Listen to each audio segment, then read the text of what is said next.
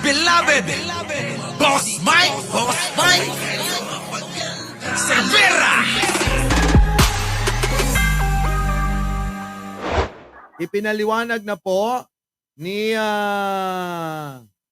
Attorney Claire kung bakit ipinasa ito ng mga kita nyo mga kababayan ko, itong isang reporter na tuwang-tuwa yung mga DDS kasi daw na-booking. Kita nyo mga kababayan ko. Tanong ko lang, eto tignan nyo. Ko ibibigay lahat, baka pagdudahan nyo ko na meron akong itinagong dokumento. Matapos ibunyag ni Eden Santos ang umano'y mga blangkong papel, mariing itinanggi ni PCO USEC Attorney Claire Castro na peke ang nilalaman ng naturang report. Halos kalahati nito, kaya pala siya makapal, habang pinapakita niya kanina sa briefing, kalahati po nitong mga to ay mga blangkong papel.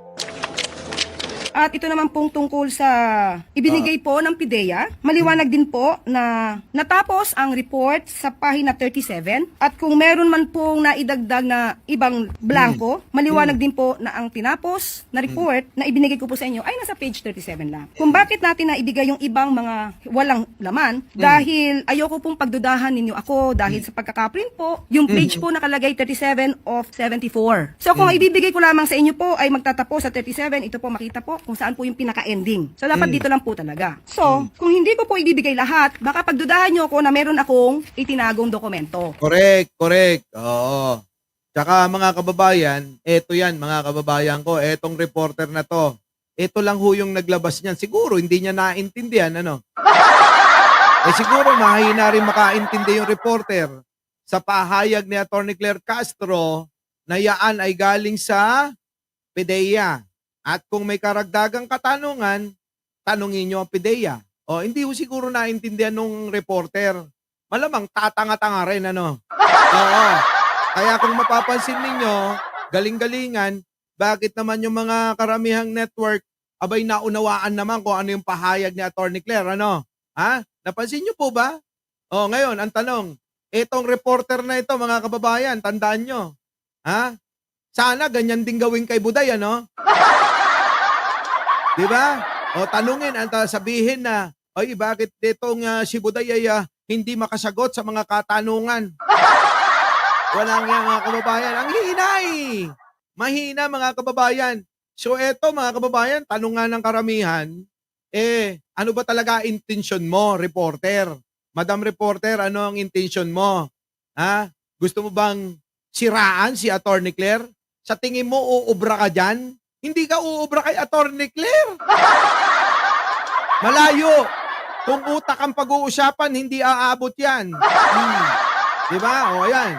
Siguro naman maliwanag na. Pinaliwanag na ni Attorney Claire na yung mga dokumento na yan ay galing sa PIDEA. Hinanap ninyo, pinakita niya. May karagdagang katanungan. Di tanungin nyo sa kanila. Kunin nyo tong dokumento, nakakuha kayo ng kopya. O ano pang gusto ninyo? Naging transparent ang ating tagapagsalita. Ayaw nyo ba nun? Anong gusto nyo? Lokohin kayo? Tulad ni Roque, niloloko kayo? Wala. Halatadong-halatado yung intensyon mga kababayan. Oo. Abay, sumisilip lang sila, nag-aabang ng kung ano yung mai-issue nila para siraan itong ating butihing Attorney Claire Castro. Di po ba mga kababayan ko? Yan yun. Di po ba? Tuloy. So lahat po ng 74 na papel ay ibinigay ko sa inyo para hindi po kayo magduda. Ngayon, nasabi po yata ng Vice Presidente na ito ay fabricated. So since kung siya po ay uuwi na ngayon, maaari naman din po niyan tanongin ng PIDEA para sa authenticity ng report na ating ibinigay.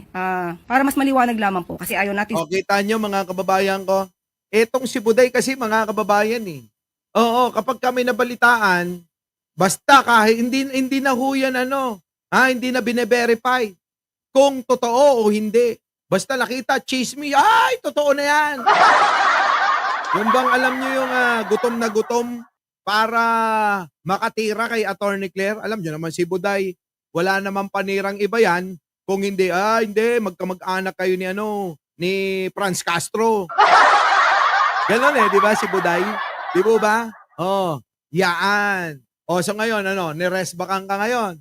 Pinatulan mo. yung reporter, na halatado naman mga kababayan. Oh, galing-galingan. Pero tatanga-tanga rin naman. Simpleng unawain eh. Oo, simpleng unawain mga kababayan. Yaan ay binigay ng PDEA. Si Attorney Claire Yusek Castro, tagapagsalita ng Pangulo, hindi ng PDEA. Bakit siya kinukulkul ninyo? Nakuha nyo mga kababayan ko? Briefer ni Pangulo, si Attorney Claire Castro. Hindi briefer ng PDEA. Bakit siya kinukulkul nyo sa issue nyo sa PDEA? Bakit di kayo rumekta? Di ba simple lang unawain? Ewan ko bakit hindi naintindihan. Bukod tangi lang, oo.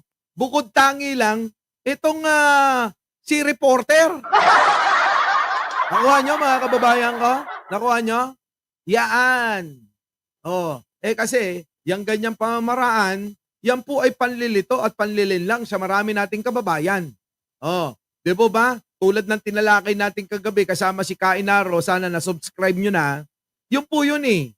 Yung po bang mali, ginagawa nilang tama para paniwalaan ng mga mahihina.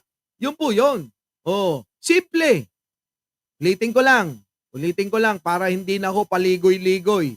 Oh, yung paligoy-ligoy natin, kanina may laman. Hindi tulad ni Sara magpaliwanag. Para mabilis unawain ng pangkalahatan. Ang Yusek Claire Castro ay briefer ni Pangulo, tagapagsalita ng Malacanang, hindi po ng PDEA. Tandaan nyo yan mga kababayan ha, hindi po ng PDEA. Kaya nga ang nasabi ni Attorney Claire, kung meron pa kayong karagdagan na katanungan, punta na kayo sa PDEA para mapnuk kayo. Mapnuk. Diba? Yun.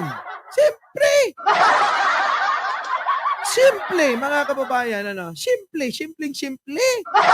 Alam yan. Pero, bakit hindi nila maintindihan? Diba? Hindi ko alam bakit hindi nila maintindihan yan. Simple lang unawain, no? Siguro naman, nagets nyo, no?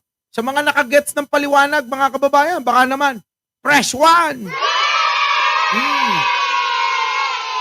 Yan, tuloy natin, Sabihin na itong binigay natin ay fake news. Ang mandato nga po natin ay kalabanin ang fake news. Kaya po nililinaw ko po sa inyo. So kung hindi ko po ibibigay sa inyo lahat ang mga pahina, baka sabihin nyo, inedit ko pa. Kita nyo? Pag hindi pinakita daw yung ibang pahina na binigay naman ng PDEA, di ba sabihin nyo may tinatago si Attorney Claire. Si Attorney Claire, transparent yan. Oo. Matuwid. Malinis. Kaya nga yun napili Di ba, mga kababayan? Our beloved Boss Mike